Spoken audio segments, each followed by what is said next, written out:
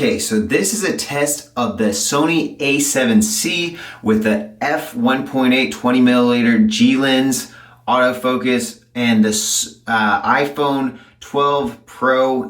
We're using the wide lens that comes with it, obviously attached. It has an equivalent of an f1.6 or an f1.8 aperture. I'm not 100% sure, and I think a 24 millimeter focal equivalent. And it has a very tiny sensor. The Sony A7C has a very big sensor. The iPhone has a very fast processor and very fast image processing process. And the Sony has really good autofocus, but in terms of digital processing, it's limited, as you can tell. It doesn't have the same level of stabilization that the iPhone has. Also worth noting, the Sony has 8-bit color and the iPhone has 10-bit color. The Sony is recording in a standard, the standard color profile and standard picture profile or picture profile off. And I'm going to be shooting as wide as I can so you can see the bokeh effect. That's going to be a big deal. So let's start off with this low light comparison. Now, all right, so we just turned off the lights and you can't really see much at all. And so that's with the shutter all the way down to 1/50th and the aperture at 1.8 on the Sony. I imagine you can still see a little bit more on the Sony. Now, if I wanted to make it a little bit more visible, I could pop it up to right at 1/4 shutter speed, which does not look good. Now, the bare minimum where I can still get some movement is 1/10. So I'd say that Sony definitely does have an advantage here. Also worth noting, the screen may be giving a little bit of light to the iPhone. Yeah, that's what I thought it was. So I think Sony may be light years beyond what the iPhone is able to pull off. Yeah, so that's the Sony with right at 1/4. What I really wanted to test out here was the quality of the HDR on the Sony and on the iPhone. I'm inclined to think that the iPhone might actually have better HDR. Now this, of course, we're at f1.8, so we're not going to get everything's going to be blown out. There's just too much light. Now, a quick and easy solution for that is getting a neutral density filter. So I'm popping that bad boy on. Going to need that for this much dynamic range. So that's pretty good. I'm actually liking that dynamic range. It actually looks really good. I'm really happy with those results there. Let me see if I can tweak them even a little bit more. Not really, so I could probably adjust the ND filter a little bit, get a little bit more light on my face. Yeah, there we go. All right, so I got the perfect amount of light on my face and the perfect background blur, but I can't really capture much of the HDR. But right around there is when you start to capture a pretty decent amount of HDR. I'm actually digging it. I'd say that I wish my face was a little bit brighter, but it actually looks right on point. So that's gonna be our first test of HDR. I'm interested in seeing what the iPhone is able to pull out from the details there. See if it's actually better or see if it's actually worse. Now, if I look just straight on, not really getting much blue.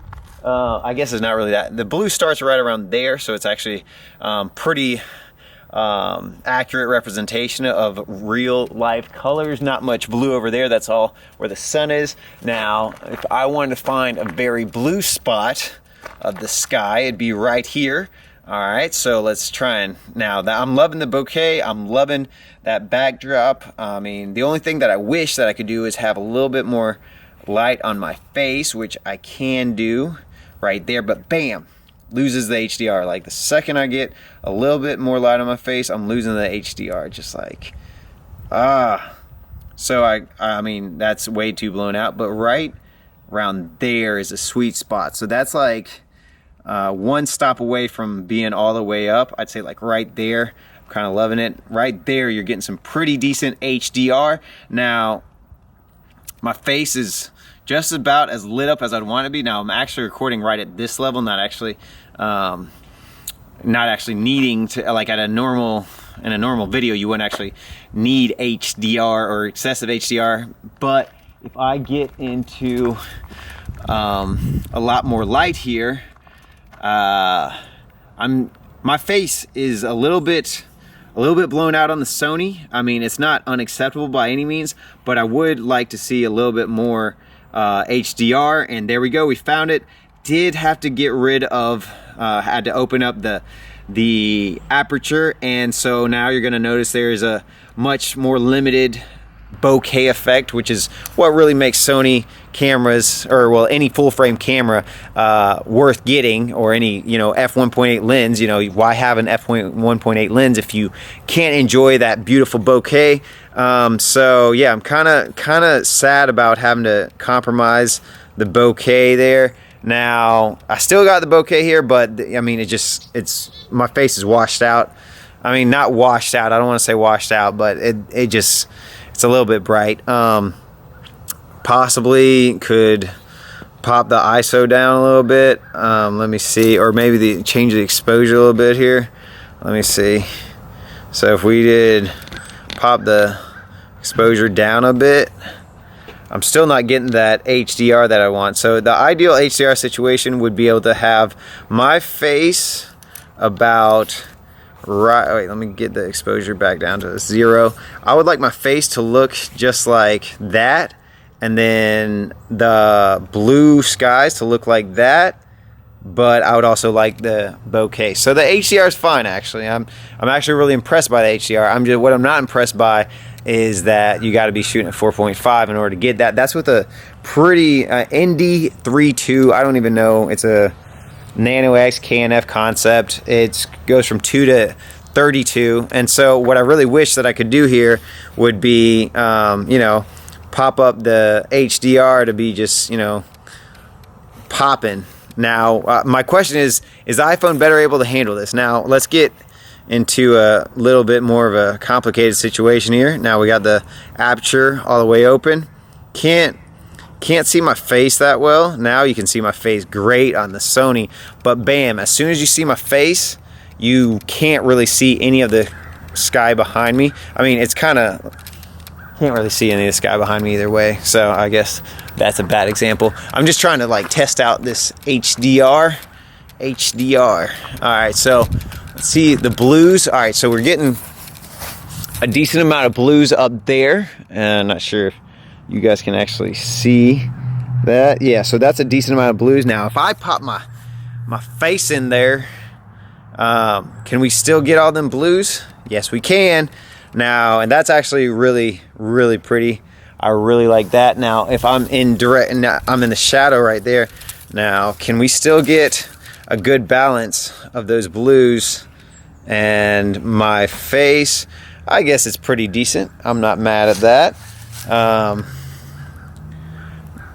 I mean, these are pretty, I mean, just a little bit of blown out on the whites right there. We're looking pretty good. Even better right there. So hard to balance. It's hard to balance the bokeh and the HDR on the Sony. That's what I'm throwing out. I'm not saying one is definitively better, because it still looks really good, and the iPhone doesn't even have these bokeh abilities. So I just and I am recording with aperture priority. All right, so now we're recording on full auto. So I want to see what full auto would be able to do with the ND filter and everything. See what kind of HDR we could get. I think I'm looking pretty decent on here. I'm just wondering how I do, how much HDR we can pick up. Pretty decent amount there. So sky's looking, I mean, they're really blue right above me. They are very blue, and I think the Sony's doing a pretty good job of picking that up. Can't see anything. I just got a direct reflection off the sun. And yeah, so this has been the test. If you've enjoyed it, if it's been at all insightful for you, please let me know. I appreciate a subscription, a like.